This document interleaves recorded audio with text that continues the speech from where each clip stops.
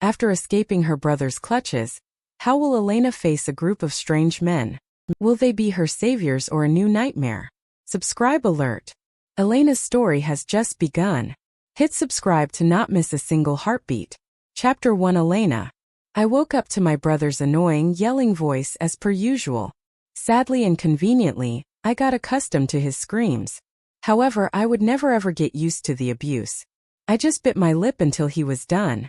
I did not do anything to upset him yesterday. I rubbed my eyes and stretched my aching and bruised body. I was too exhausted since I did not get enough sleep last night. I never do. I got out of my small bed, which was basically an old dirty mattress, and walked to the cramped bathroom at the end of the hall. When I finished my very quick shower, I wore a casual black shirt that matched my hair, my old blue jeans, and my worn-out boots. I took a deep breath after returning to my room and was ready for the last day of high school. I was mentally unprepared to end this stage of my life mainly because school was a shelter from Liam. I got out of my room, and I walked towards the stairs as quietly as possible. I did not want to see Liam first thing in the morning, yet I knew it was useless to try and do so. It was an inevitable thing.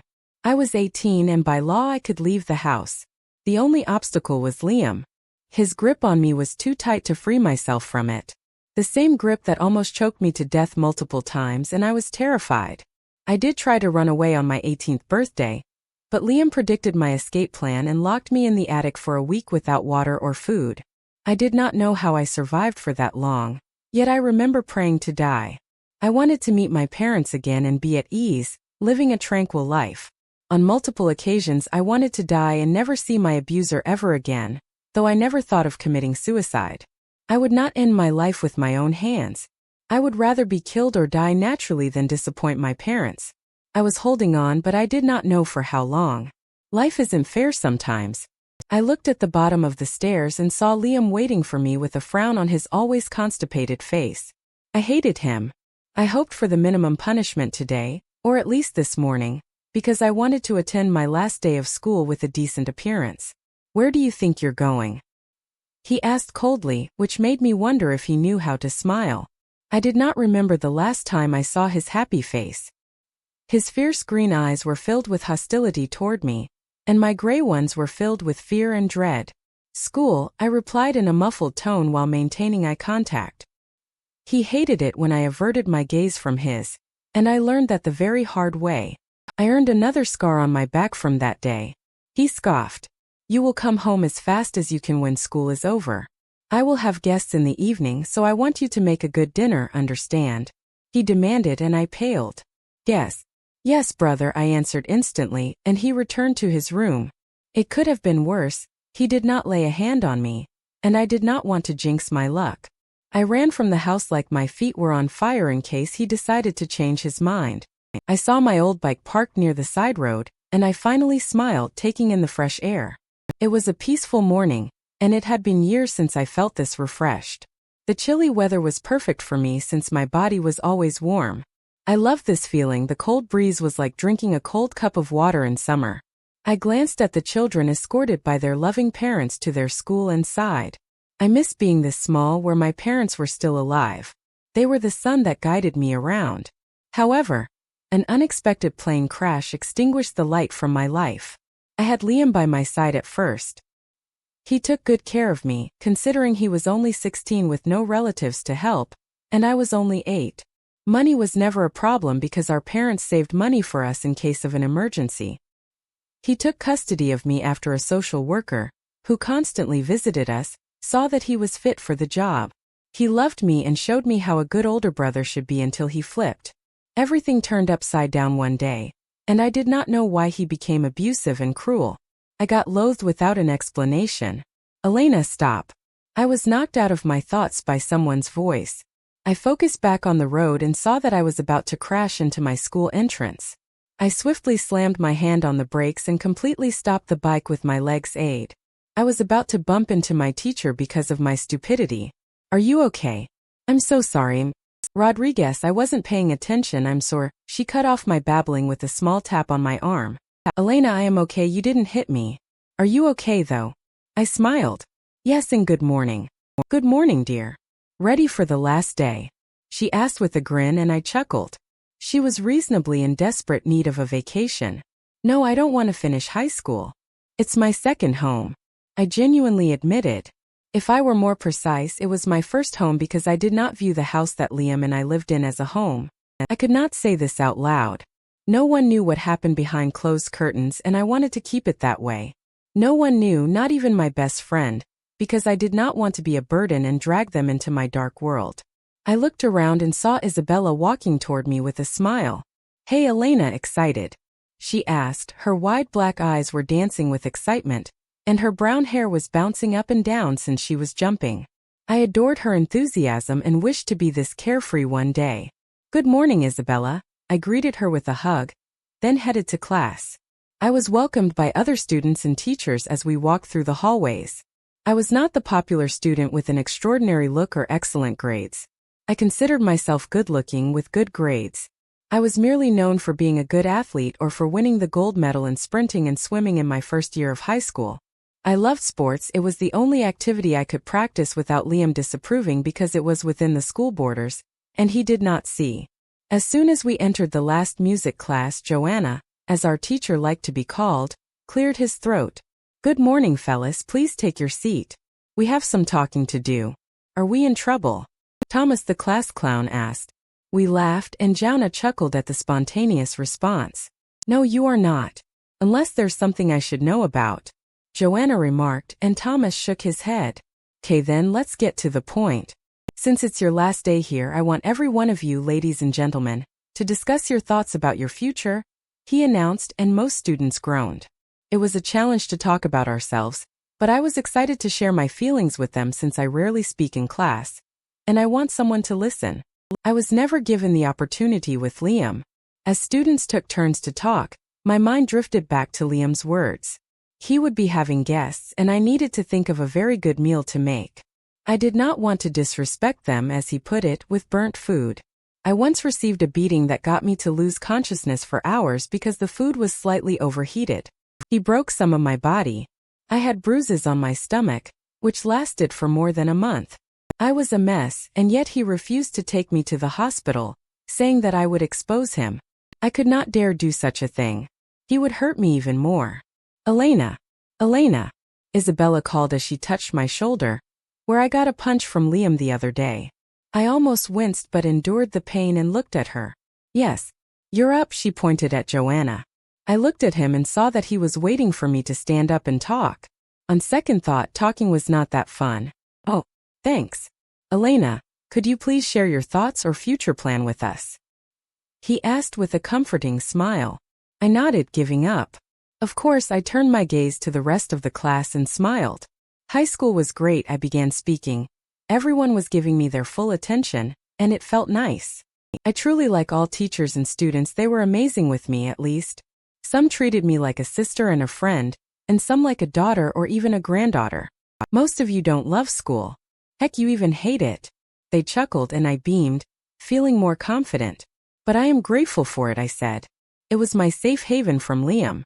"Joanna, you are one of my favorite teachers, and everyone knows that your classes are incredible. You would always say that to have the rainbow, we have to love the rain." Thank you, because this phrase was on my mind whenever I was upset or in physical pain. As for my future plan, I might be a dancer or a ballerina or a teacher. I am not sure yet. The universe is baking a great plan for all of us, so have faith and keep going. I finished my short speech with tears in my eyes, remembering what I missed in life because of my brother. I will miss feeling at home in school. Chapter 2. Elena. After the last bell rang, I bid my goodbyes to Isabella. I felt like it was the last time I might ever get the chance to see her, so I cried in her embrace. I knew that we still had our graduation ceremony, but it was 2 months away.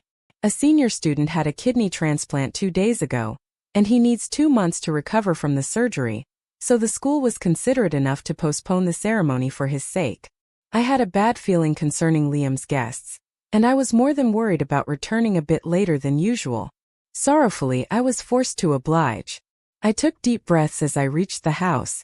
"I hope nothing bad happens," I whispered before I opened the door and entered. Liam was nowhere in sight, so I rushed to the bathroom to take a quick cold shower to cool my nerves. 5 minutes later, I got out of the bathroom, fully clothed, and started cooking dinner. I was thrilled to cook when Liam was not around because cooking reminded me of Mom and her gentle hands, which taught me how to cook from such a young age. She would always say that the way to capture your man's heart was through deliciousness. I was still waiting for that man to make his grand appearance in my life and save me from this hellhole. I glanced at the clock, and it was 15 minutes past 6, so I had 15 more minutes to put the last touches on the dinner table, the dessert. I fled to my room as soon as they stepped foot into the house. Luckily, I was done with dinner. They were loud, but I ignored them. It was always better to disregard some behaviors and save me from a fist. I want out. I want to be free. I cried in agony as I looked at the barely visible moon. What did I do wrong? How is that fair? I whispered. I stayed in the same position for an hour until I heard what I had hoped to avoid. Liam called me to meet his guests, and I felt the color drain from my face. The last time I met some of his guests, they hit me for their entertainment. They were vicious men with rotten minds, and they could surpass Liam's torturing methods if they wanted. However, my dear brother would stop them just before I passed out so he could finish the job. I looked at my face through a small mirror placed on the floor and saw Dad's eyes. The thought of him made me less tense, so I gathered my courage and exited my room. Elena, move it. I'm here, I announced as I stepped on the last staircase. As Liam saw me, his smirk widened and I winced at its meaning. I looked behind him and saw the same 5 men I met before. They were the guests who beat me up. I wanted to scream, however. I knew that I would make matters worse. Therefore I remained silent. I stared at them and noticed their lustful eyes traveling all over my body. My flesh was covered, yet I felt too exposed to their wandering thoughts. I needed to get out. All the mental and physical abuse came down on me like a bucket full of icy water, and I almost vomited. I was terrified. I needed to get out. Elena, thanks to your body and face, I was able to make a fortune. The stage is yours, guys. Feel free to touch her wherever you desire. My head snapped to meet his gaze and I almost lunged at him. There was a limit to everything. I would never give up my innocence for these mongrels. As long as I was still breathing, I would not hand the only whole thing in my life. I was cherishing it for the one, and not for scums like them. But it was apparent that the major bastard of them all was my brother. I was repulsed beyond reason. No. I managed to say after my inner battles subsided. Never. Liam was shocked at my sudden outburst since I never raised my voice or spoke against his words. He recovered instantly and grabbed me by the hair. One of a girl's weaknesses was her hair because pulling it hurt too much. The fuck did you say? He screeched. I spat on his face and glared. I fucking said no. As I repeated what I said louder, he punched me in the cheek. I was about to fall down, but he did not let go of my hair. Instead, he delivered another punch to my stomach. I gasped for air and felt tears threatening to fall. I refused to obey anymore. I refused to be submissive. Well, ain't you a brave little sister, he mocked. I frowned at the word sister coming out of his dirty mouth. It was clear to me that he was drunk and high, though that did not stop me from defending my honor. I arched my eyebrows. I'm not your sister. You lost the right to call me that when you were 18 and I was just 10. A fucking child, remember? You lost your role as a brother when you started beating the shit out of me.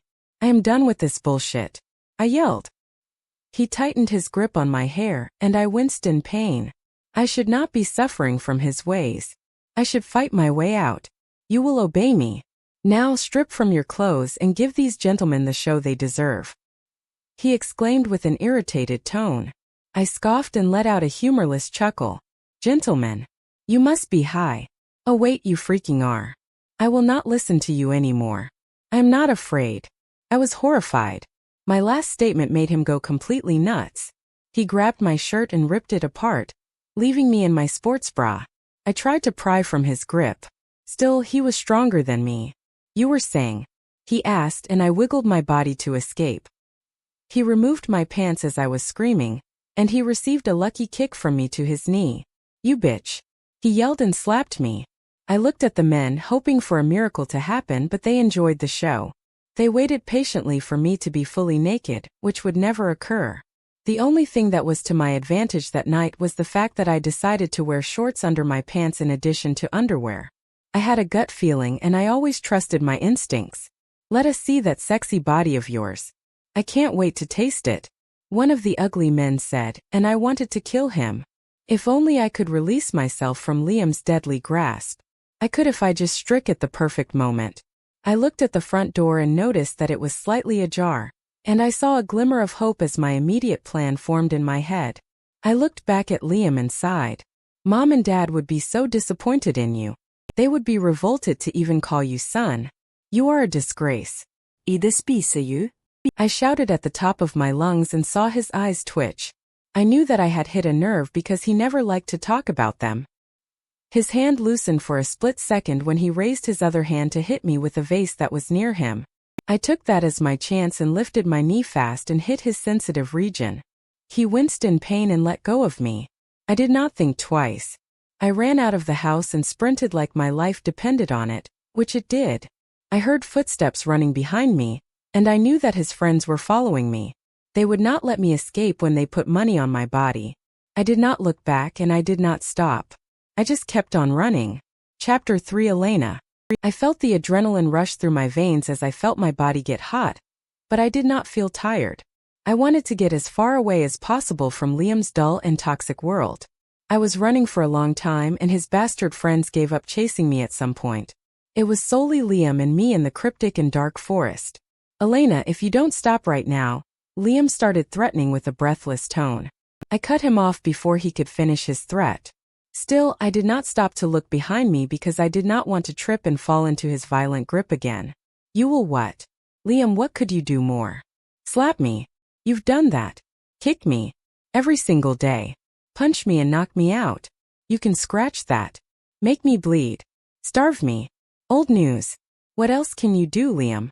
You were planning on using my body for your benefit. You can't get any lower than that. I was shouting at the top of my lungs, with tears cascading down my face. I stopped talking and kept on going. I did not get a reply from him, just heard the increased pace of his running. He was determined to catch me, and I was more determined to escape. I ran faster and finally spotted a big house in the middle of the woods. It was beautiful, but what drew me in was the lights. They were on and the hope resurfaced. I believed my salvation was waiting for me inside. I did not waste a second and headed toward the house. I quickly glanced behind me and saw Liam trip over a rock. He looked pathetic, but I was in no position to laugh. I barged into the house with heavy pants. It took me a second to realize that more than a dozen men, maybe 20, were cautiously staring at me. All reason flew out of the window as I did not care. I closed the door behind me and sat on the floor. Please help, I whispered. My fate was in their hands as I had no power to run anymore. They stood up and walked towards me. Conflicted emotions were visible on their faces, and I understood their confusion because I would be frightened if a random girl entered my house without warning. What's wrong? One of them asked as he kneeled down in front of me. Who are you? He asked again as worry was apparent in his dark brown eyes. When I was about to answer his questions, the door swung open by an enraged, ugly Liam. I quickly stood up and stepped closer to the men. They were strangers, but they surely would not join my brother's abuse because the one who talked to me was genuinely concerned about my well-being. For some reason I felt safe, secure. Or, they could be human traffickers playing nice. Liam was holding a huge rock and raised it as he spotted my shaking form. Elena, you fucking bitch. He approached me with hatred shown in his eyes. I immediately closed my eyes, preparing for the dreadful blow. However, nothing happened. I forced my eyes open only to see a tall, muscular man standing in front of me, shielding my body. He protected me with a bronze tray, which shoved the rock from my way. The sight was comical, yet I did not react. What do you think you are doing? My protector asked Liam angrily. It was the first time someone showed such anger for my sake and not at me. Liam looked at him for a second, then at me, and I put on my tough face. She's my sister, I want her home, he replied. I gagged at his disgusting, untruthful words. He was dead in my eyes. I let out a laugh, but it was not humorous at all. Sister. I think we have established that already. Home. What home? You never viewed me as your sister. You were about to sell me, for God's sake. I will never consider that building as my home. Leave me alone. I yelled, feeling the rage rise inside of me. I used to scream in my head whenever I was overwhelmed by the beating, but never aloud. Liam being outnumbered gave me strength. You heard her. Get out of my house. My protector spat and pushed Liam out. As foolish as he was, Liam swung his fist, wanting to hit him. However, he was stopped midair and then shoved roughly to the ground. The man made it look so easy. Liam was big, but all of the men here were bigger in body. The man punched Liam's face, and I could not and will not ever feel sorry for my brother. It was the least he could get after years of being the merciless being he was. I just stood there watching them, not caring that he was bleeding and possibly dying. A few moments later, I remembered that we were not alone. Hence, I looked behind me and noticed that the men were agitated and embarrassed for some reason. They were blushing, and I arched my eyebrows in confusion until realization hit me hard. I was practically half naked with my old shorts on and a sports bra. They were not the expensive type, so if one were to focus their vision, they would see through the bra. Well, that's awkward, I pointed out in a whisper. All men abruptly turned around, facing the wall. I was sure that my voice was inaudible, so it was weird how they acted as if they heard me. I shook my head and looked outside to see what happened with the fighting pair. But two arms wrapped around my waist, making me freeze. The warmth and tingly sensation were the best way to describe what it felt to be in his arms. I glanced behind me to be met with my protector's stunning eyes. They were a bright honey color that shined like the sun's setting orbs. His dark blonde, almost brown hair was trimmed perfectly, and his tan skin made him look beyond beautiful. I was clearly checking him out, and yet something inside me would not let me avoid eye contact. It was bizarre. He smiled, and his adorable dimples were displayed to admire because dimples were my weakness.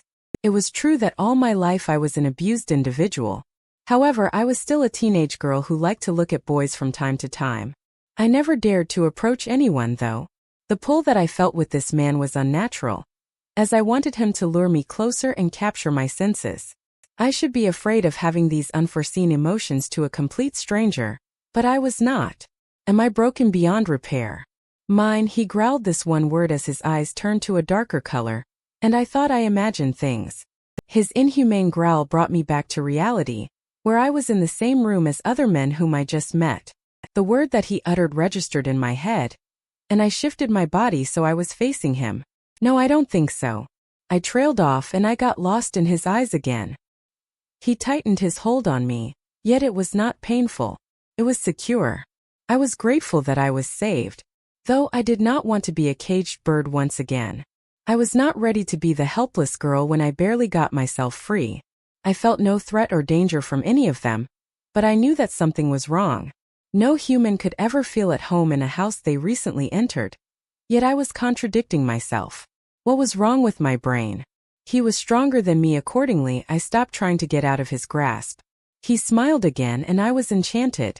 You are mine, he repeated and glared at the men, who were staring at us in admiration. Dare I say, all of you return to your rooms, and do not dare spare another glance at her. What surprised me the most was that they bowed their heads without hesitation and walked away in silence. The man screamed authority, even I got tensed. I was lost and did not know what to say except ask what was on my mind. I am yours. How come? I raised my eyebrows in confusion. It was not normal for relationships to start this way. Is this his way of flirting with me? This thought excited me, and yet I was perplexed at my own turmoil. For all I knew, all men were like Liam. I did not trust anyone but myself. Sometimes I would even doubt myself as well. I was a train full of wrecked emotions and I needed answers. My tormentor was nowhere in sight, and I was left with this peculiar man alone. What's your name, beautiful? He asked. As cliché as this might sound, butterflies erupted in my stomach at his words. It sounded genuine. Elena. My name came out of my mouth before I could stop myself, and his smile got brighter. I'm Derek, he introduced himself. I nodded, not knowing what else to do. Chapter 4. Derek. The unmated Pac-Men and I watched the last football game of the season, and we were winning. All the loud cheering and curses made my throat dry, so I stood up and walked to the kitchen. I grabbed my water cup and sat on the chair. Everything's so quiet lately. Hopefully it stays that way. We fought a lot of rogues last week. I stretched my arms and stood up, ready to take a shower. However, an angelic voice stopped me in my tracks. The cry for help that got registered in my mind snapped me out of my daze. I rushed to the main door, feeling like my world froze and I was the only one moving. Before I could see who it was, the smell of sweet lavender entered my nostrils. I felt at ease when I understood what it meant, so I made my pack members clear the way, and my eyes landed on her. She was the most captivating woman I have ever seen. She took my breath away as her beauty enchanted my essence of existence. Her black hair made her stunning gray eyes stand out to tell a story filled with mixed emotions. I studied her facial features carefully and realized that she did not see us yet. Our perfect mate. Max, my wolf, yelled in my head. She was drop-dead gorgeous. We found her. Or she found us. I was too excited. I took in my surroundings and noticed that my men were staring at her. And I was not too fond of that. She was wearing little clothes, and I wanted to hide her in my arms, away from anyone's reach. My protective instinct kicked in. As I was about to hold her, an irritating voice stopped me. "You fucking bitch." He screamed as he held a rock. He tried to hit her with it, but I blocked him as I saw red. I was shivering with rage. She was my mate and I had to protect her. He had no right to try and harm her. Or anyone else for that matter. I glared at him. "What do you think you're doing?" I questioned, feeling Max's anger rise as he was about to lose control. The damned man looked at me, then at my mate, and she scowled like she wanted to kill him. "He's not good." "Bad news," Max commented, and I almost rolled my eyes. My alpha wolf's vocabulary gets thrown out of the window whenever he is angry. "She's my sister, I want her home," the man replied. And I could not help but feel very protective of her. She was mine, my mate. I was her mate. Hers alone. No one will take her away from me as long as I am alive. She let out a humorless laugh and clenched her fists. "Sister. I think we have established that already." "Home? What home? You never viewed me as your sister. You were about to sell me, for God's sake. I will never consider that building as my home. Leave me alone," she yelled at the top of her lungs, and I was appalled at her allegations. He was a notorious sick bastard, and I had no problem killing him. "You heard her. Get out of my house," I demanded and pushed him out. He lost his mind when he tried to punch me in my own house, but I stopped him before touching me and shoved him to the ground. I took that as my golden chance and smacked his irritating face hard.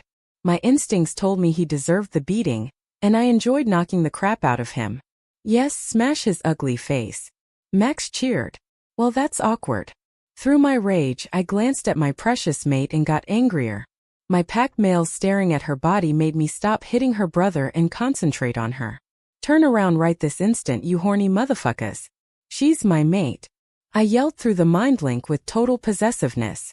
They were stunned at my statement, nevertheless turned to face the wall. When I got back to my senses, I realized that the bastard had escaped.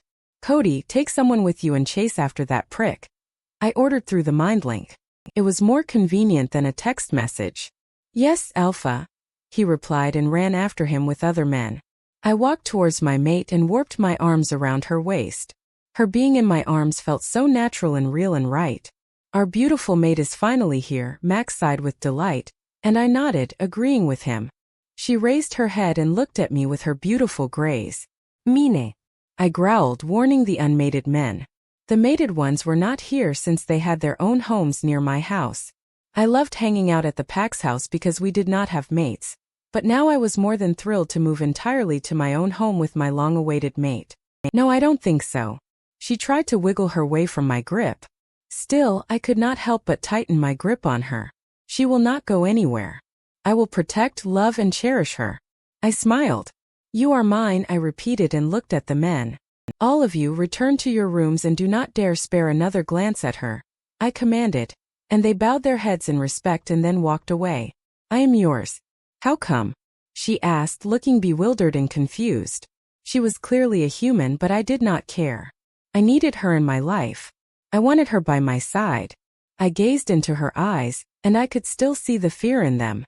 Whatever her brother did to her, he will pay for it. "What's your name, beautiful?" I asked with a smile. Was it creepy to call her beautiful? I asked Max. "You called her mine." "That's creepy enough," he remarked, and he had a point. "Elena." Beautiful. I'm Derek. I knew from the moment I saw her that she would be my everything. Chapter 5. Elena. I was sitting on a king-sized bed in a large bedroom, 10 times bigger than my old room. Derek told me to wait for him, then got out of the room and had not returned since. Will he hurt me like Liam? I cannot trust men. Not all men were the same, but what if? He did save me from my abuser, but I could not help but feel trapped, which contradicts my feelings when I was in Derek's arms. I was in a house that was full of men. They could be like Liam for all I know. He was nice initially but turned out to be the cruel mad wolf who was so abusive and vicious and preyed on the weak. I believe they were waiting for the perfect moment to beat me up. They wanted to gain my trust first. I can't let my guard down. I won't let my guard down. I was cut off from my thoughts by Derek's knocking on his door. He did not have to do that. It was his house, but that was precisely what I meant. He wanted my trust to take advantage of me later. Elena, can I come in?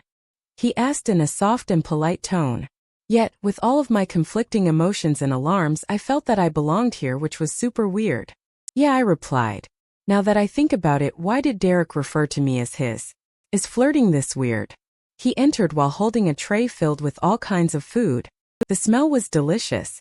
It was mouth-watering, and I felt that my stomach was demanding to have something in it.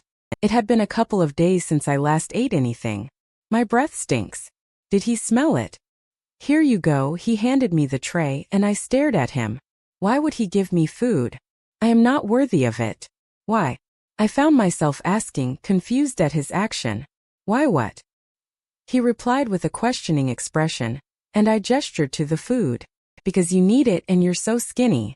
You need to eat to be healthier, Elena. He explained with a sincere smile that I was not used to seeing on anyone except Isabella.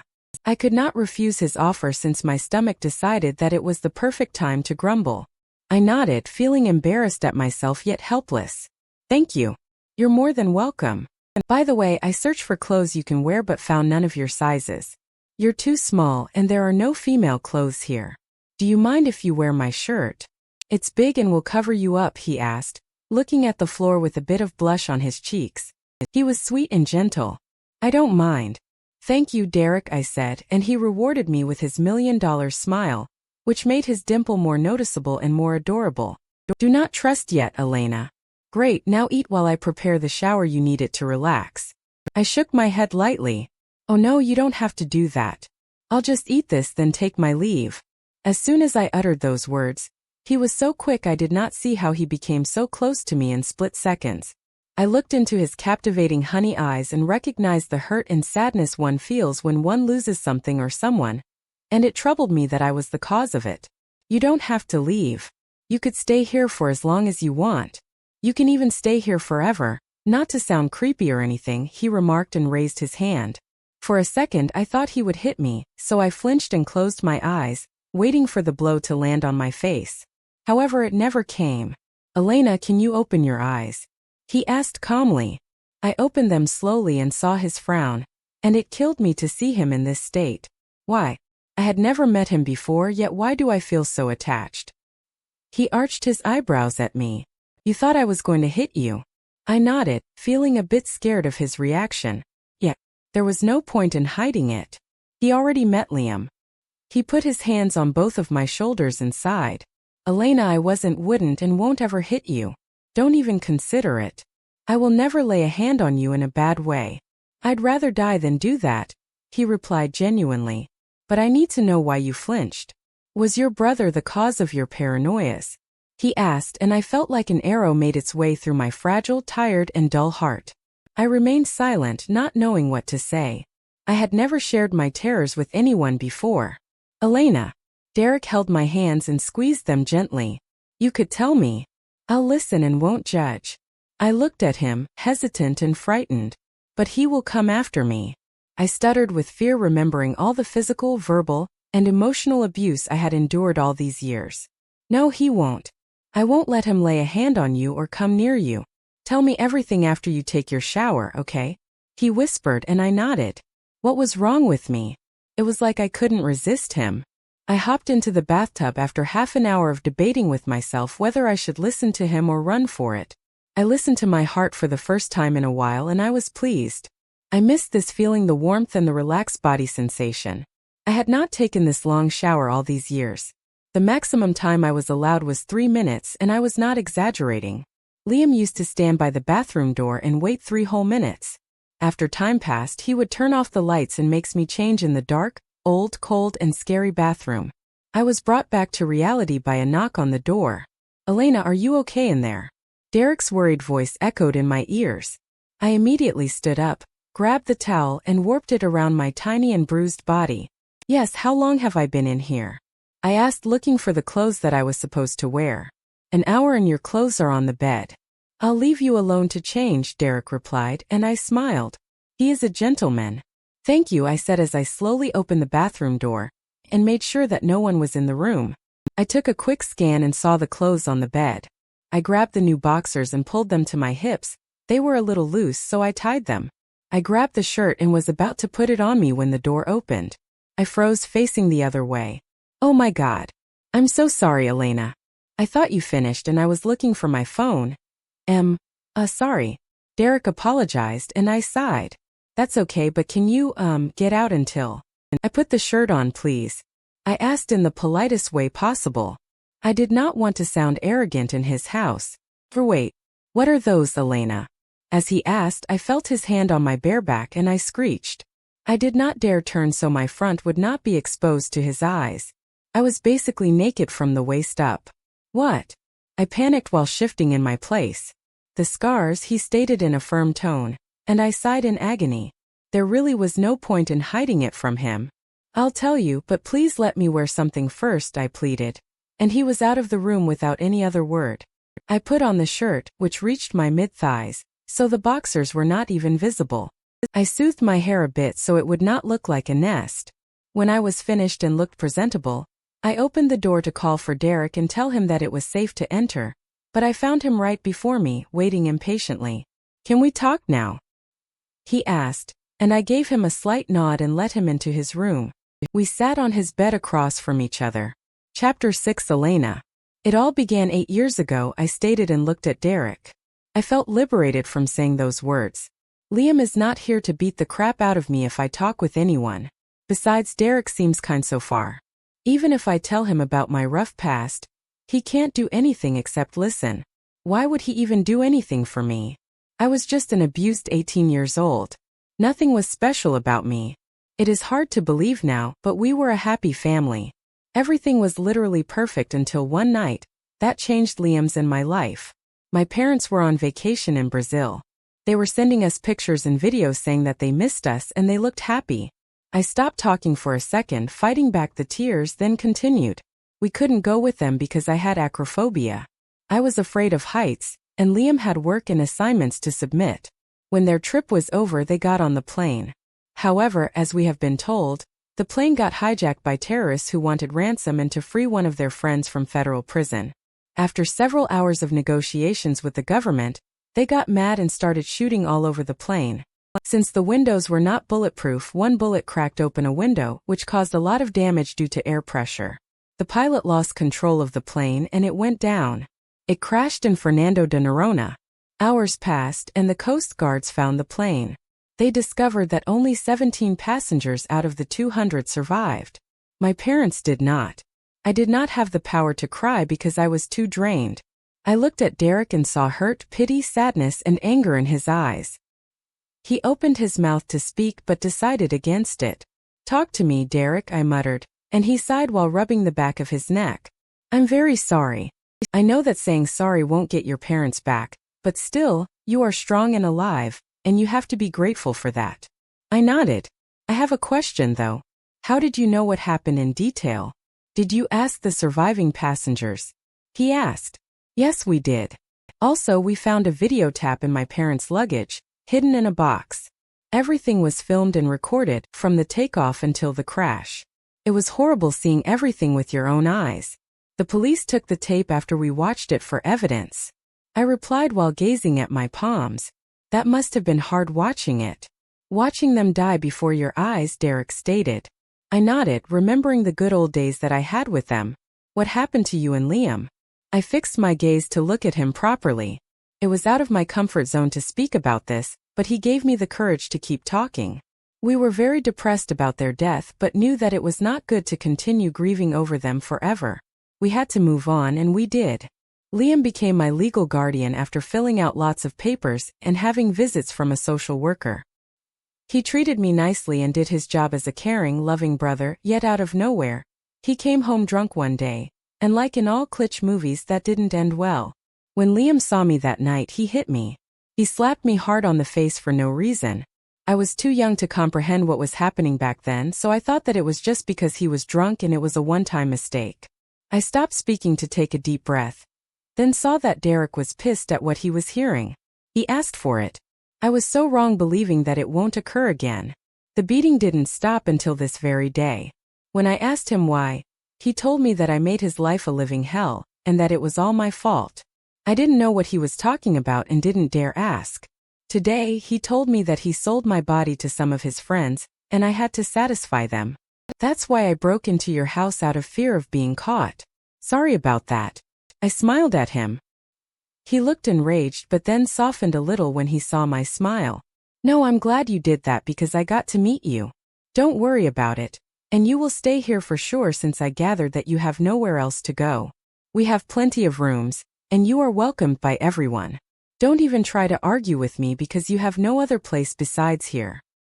He replied with a victorious grin, and I could not help but beam at his kindness. I made a new friend.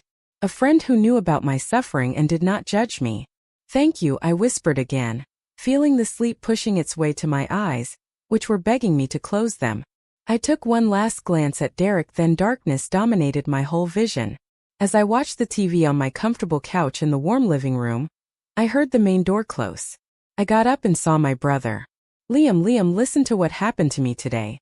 So, me and my friend were playing with the ball, then some mean boy came to us and took it from us. We tried to take it back, but he hit my friend, so I got angry and punched him in the face and, as I was ranting non-stop, I felt a sting on my cheek. I looked up and saw Liam holding a bottle of alcohol, looking like a madman. He slapped me. I placed my palm on my cheek and felt the pain. Liam. I was dumbfounded by his sudden action. You selfish bitch, it's all because of you. And it's always you. I hate you, you stinky little brat, he yelled with hiccups. What did I do? I asked, stuttering from the terror and fright. He didn't answer me. Instead, he swung his big fist at my small face. It was a painful blow. I felt fear score every inch of my small body. I didn't know what was happening. I ran to my room crying my heart out. Mommy, Daddy, I need you with me. Liam is acting funny. Why? I whispered, fearing that he would hear me while looking at the sky from my window. As I closed my eyes and opened them again, I found myself in Derek's arms. What? Since when? Chapter 7. Derek. I saw Elena asleep on my king-sized bed, and I just stayed up admiring her captivating beauty. I knew that she might not have had the best childhood, but I was willing to make her realize that I was here with her to shed light on her future. I was aware of my flaws, such as my hot temper for rogues, so I did not want to scare her off, and I wanted her to trust me. I'll have to introduce her to my parents and the whole pack. But what should I do to win her heart without coming out as a creep? Well, you could tell her about the werewolf thing and maybe, just maybe, that you are her mate. Just a little thought. Max commented sarcastically, and I rolled my eyes at him. I know, but she's human. I should come up with an excellent speech to tell her the truth. You know that can be disturbing for an innocent human, and she might not believe me. I replied with a sigh. Max was too ambitious. If she doesn't believe you, you could just turn in front of her, he suggested. Yeah, you are right. Then her soul would leave her body. I replied with a smile that clearly showed my irritation. My wolf was an idiot. Elena is beautiful and soft. What did we do to have her as our mate? She's so tiny, which makes me go overprotective of her, and we just met her. Max said affectionately, and that was a first since he was the wolf that did not show his emotions no matter what. He was indeed an idiot, yet loving and protective. I chuckled. Well, Max, that's the mate bond for you. It's so strong even you can't avoid it, I said, and he slept with a smile. I fixed my position on the bed so that Elena was in my arms. I felt calm and at peace for the first time in a long time. Being the only son of the Alpha can be stressful and challenging. All the things that I had to deal with to ensure our pack's safety drove me nuts. I shook off my thoughts about the pack for a moment and looked at her face. She was an angel whom I searched for in the most common places for werewolves to live in. I had the help of my beta and best friend Cody. I was devastated when I could not find her. Yet I did not lose hope. I just saved myself for her. The fact that I was soon to be an alpha did not help me because I was without the Luna.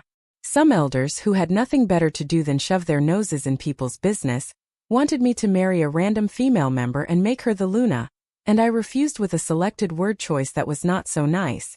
I only focused on finding my mate, yet plenty of female werewolves used to throw themselves at me without caring for my future mate or my feelings. I avoided them and did not spare them a second glance because I believed it was not right to sleep around while there was a mate for you. The elders were bothersome. They kept on telling me that I needed a Luna to be a supreme alpha. A Luna with a gentle heart made of gold and pure innocence would be great for the alpha to rule. I am glad I waited. Elena will be the perfect Luna for the Greymod pack, and a remarkable mate for me. I was delighted that I did not make the mistake other males did before finding their mates.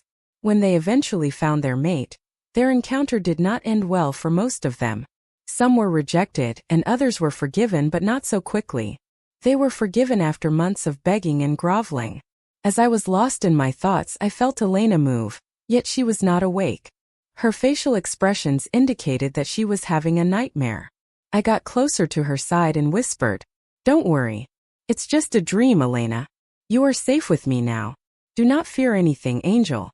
I told her, and she instantly calmed down. I kissed her head and closed my eyes. Derek, wake up." I rubbed my eyes and opened them to see my beautiful mate looking at me with confusion reflecting in her mesmerizing gray eyes. "Yeah," I replied without bothering to move since I was feeling comfortable with her in my arms. "Why are your arms around me?" she asked. Apparently, she was not as comfortable. Bummer. Max's comment almost made me laugh. "Almost. You were having a nightmare," I replied. I didn't lie. Elena had a nightmare, but it wasn't the only reason I held her. "Oh, can you let go of me now?" she asked in her sweet voice that sounded like a lullaby to my ears. "Why?" She blushed. "Because I need to go to the bathroom," she stuttered, and I beamed. "You had to embarrass her?" Max asked, and I ignored him. "Sure, but come back to sleep." I looked at my phone to see the time. 3 a.m. "You need sleep," I said, and my mate nodded. She got out of my bed and headed to the bathroom. I lay on my stomach and buried my face in my comfy pillow. After 5 minutes of silent waiting, she let out a loud scream that made me hop from my bed. "Elena, what's wrong?" I banged on the door, yet it was locked, and Max growled really loud. Save mate. Chapter 8. Elena. I entered the bathroom to relieve myself, and once I was done, I looked into the mirror to see my hair but gasped at what I saw. I felt suffocated and trapped in my own body. I rubbed my eyes, thinking I was just hallucinating. Yet again I saw him.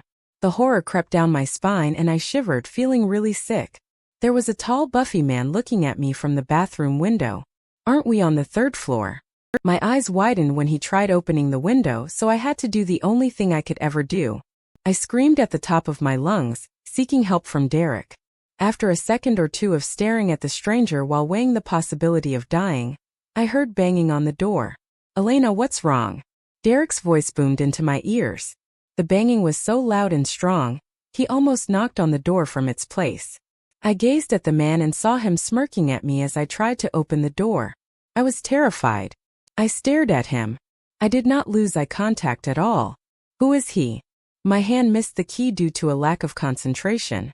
"Open the damn door, please," Derek yelled, knocking me out of my thoughts.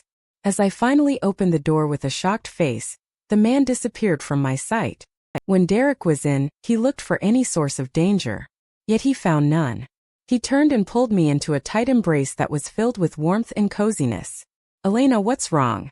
Why did you scream like that? Are you hurt?" I never had a man to care for me like that, except for my dead father. I looked into his hazel eyes, which were filled with worry and anger. "I saw him," and I stuttered. Then I warped my arms around his waist, feeling the warmth and safety. This pull was even stronger than my thoughts about how I just met the guy. It was so strong that I could not resist it at all. It was like a magnet pulling me towards him. He arched his eyebrows with a hint of ire. What man? I know he's not mad at me. He's mad at the man. Right.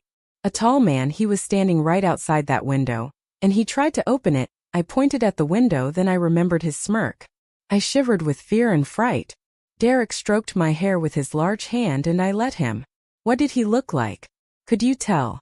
He asked in a soft tone that made me relax. How is it possible to feel safe with a stranger? I nodded. My head was on his broad chest. He had short blonde hair, black eyes or dark brown, and a big buffy body, I replied. And a long scar on his neck. The moonlight reflected the man's image. That was why I was able to describe him like that. Derek looked like he was thinking or arguing with someone, and the debate was heated. That can't be possible. Derek, I said, grabbing back his full attention to me. He put his hands on my shoulders. Huh. Oh, sorry, but I think I might know him, he said, and my eyes widened. Really? Who? If I showed you a picture of him, would you be able to recognize him? He asked, and I nodded fast, if I must add. I'll help him. Derek led me out of the bathroom. All right, you sit on my bed and I'll get the picture. Elena, look at these pictures carefully. I couldn't find just one picture of him, but I found these two, and he is in each one of them, he explained. Then I grabbed the pictures from him. As my eyes landed on the first picture, I saw him standing next to Derek and some other guys I saw when I broke into his house. I looked at the second picture and saw the very same man standing next to a middle-aged woman. But he was younger. This is the guy, I pointed out at him. Derek looked at him and then growled really loud. "'Kay, that's not human. That son of a. I should have known," he commented. "Do you know him?" I asked. He looked at me and then nodded. His eyes were now dark brown, almost black. "Weren't they, honey, just a moment ago?" "Yes. He's my cousin." "Your cousin? So you're not on good terms with him?"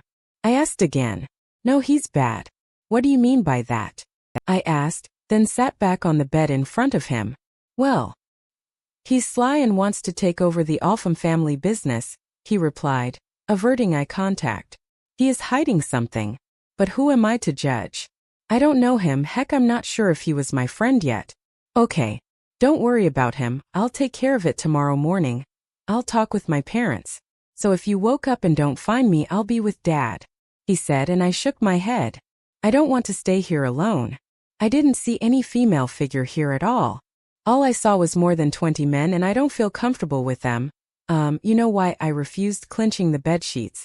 What if they decide to attack me? He put his hand on my knee, squeezing it. "Oh, don't worry, I wasn't planning on leaving you here alone with them. It's not that I don't trust them, I do, but I'll send my mom to stay with you." "Don't worry," he replied softly, making me feel at ease. I nodded my head. Then I felt my eyes close on their own. "Sleep, Elena, I'll be here," Derek reassured me. Then I put my head on the pillow, and sleep took over again. Chapter 9. Derek.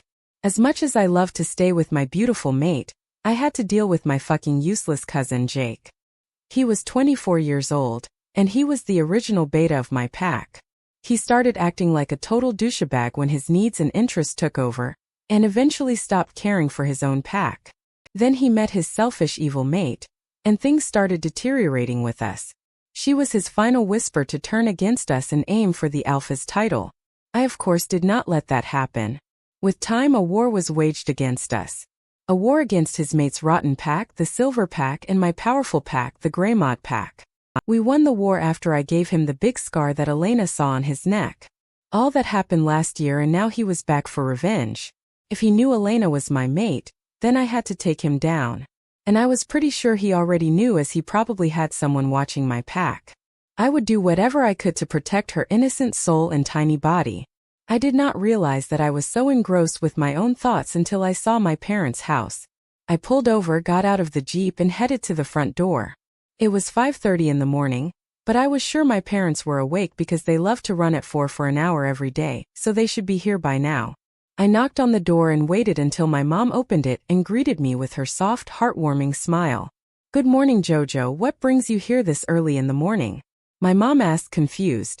I frowned at her nickname. She always calls me Jojo whenever she's happy, which was most of the time, but now was not the time to complain about it. My mate is way more important than my dislike for a nickname. "Good morning, Mom. Is Dad here?" I asked after I gave her a tight bear hug. I love my mom. How can I not when she's the one who brought me to this world and gave me the chance to meet my mate? Yes, dear, he's eating his breakfast, she replied, and we entered. I walked through the house until I reached the kitchen. The smell of my mom's famous waffles filled my nostrils. I got hungry all of a sudden. I saw my dad sitting on his usual seat, eating those mouth-watering waffles. Good morning, Dad, I greeted. He looked up and smiled at me. Good morning, Derek, want some? He offered, and I could not say no to this heavenly flavor. No one could. You don't have to tell me twice. I sat beside him and started chewing. Mom sat across from us. So, what brings you here this early in the morning? Is it to eat those waffles? He asked humorously, and I laughed. I shook my head. No, I came here for a serious matter. I'll tell you when we finish eating. Mom, Dad, I found my mate yesterday, or she found me. I dropped the news and waited for their reaction. Mom had the brightest smile ever and Dad was content. He had a smile on his sweating face. I guess he hasn't gotten the chance to take a shower since I came unannounced. She stood up. That's great, Jojo. What's her name? Describe her for me. Mom got excited. Too excited. Calm down, woman. Max commented. I smiled, remembering her every feature and detail. Well, her name is Elena, and for as much as I know, she's human. She has dark black wavy beautiful hair. And gray eyes that can pull you into her own world. And you can get lost there for hours. Her skin is flawless and it's so smooth. She is small, which is perfect for me. I feel like she needs my protection and her voice is so sweet whenever she speaks. Her voice is an angelic melody. I explained, sighing with satisfaction and happiness. My parents looked genuinely happy and interested in her. Well, son, she sounds kind, and I wish you all the best with telling her that you are a werewolf.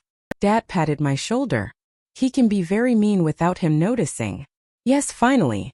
I can now rest in peace, knowing that my dear and only son has found his mate. I want to meet her, Mom exclaimed, and I nodded without a second thought. Well, that's what I was hoping for you to ask because I need you to stay with her for the day. I need to talk to Dad about Jake. As I said his name, they turned from happy to serious and angry. Mom nodded, and Dad nudged me to follow him to his office. Don't worry, Derek, I'll stay with her. Can we go shopping? Mom asked and I nodded. Yes, actually. She needs new clothes because I didn't basically meet her like a normal person in normal circumstances, I said, averting any eye contact. What should I say? My mate was abused. Yes. Max thought it was easy to just blurt out these facts. You shut up, I replied, then blocked him without giving him the chance to protest. What do you mean? Dad asked and I decided to tell them everything really quickly. It felt wrong to tell her story, but they had to understand her mentality. My dad got furious and my mom looked like she wanted to break something, maybe Elena's brother's bones and spine. That creepy, abusive jerk. He will not lay a hand on her. If I ever see him, oh, he's so gonna get it. Bye for now, Mom reassured me, then headed to her car and took off at full speed. She was a car racer. She's still a car racer. She just races when she feels bored. In addition to that, she's a strong warrior. This means she can fight 5 strong men at the same time. I can count on her for my mate's safety. Now, Derek, shall we get your beta, Cody, and the Pax warriors?